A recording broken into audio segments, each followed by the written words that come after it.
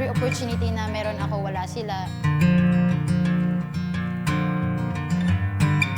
Nung grade 1 po ako, mama left us umalis po siya, nag-OFW po siya.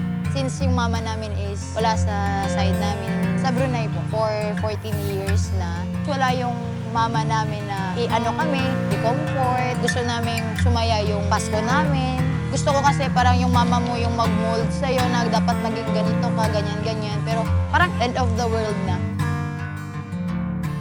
Kahit ngayon na ano pa rin ako, na nasasaktan. Ayoko na kasi tumagal pa siya dun.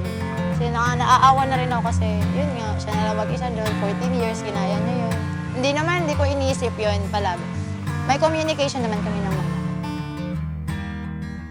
Sa magkakapatid ko, we always talk nga po na how we raise our family.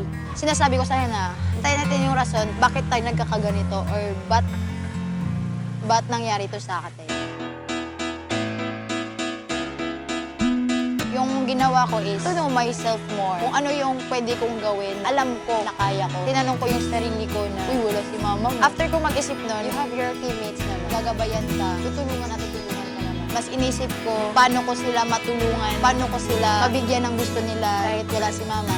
Diploma. Yun yung gusto kong maibigay sa Panginoon and sa family. Makabigay man lang ako or makatulong, mapundaran ko ng bahay tsaka lupa yung pamilya ko. True valuable talaga, ma-pay ko sila sa mga sacrifice na ginawa nila. To Rondina! Si Rondina once again. Dapat totoo ka muna sa sarili mo. Yun yung biggest achievement ko. Maipamukha ko sa mga taong hindi naniwala sa akin na di ko kaya. Gusto ko rin sabihin sa sarili ko na I'm proud of myself.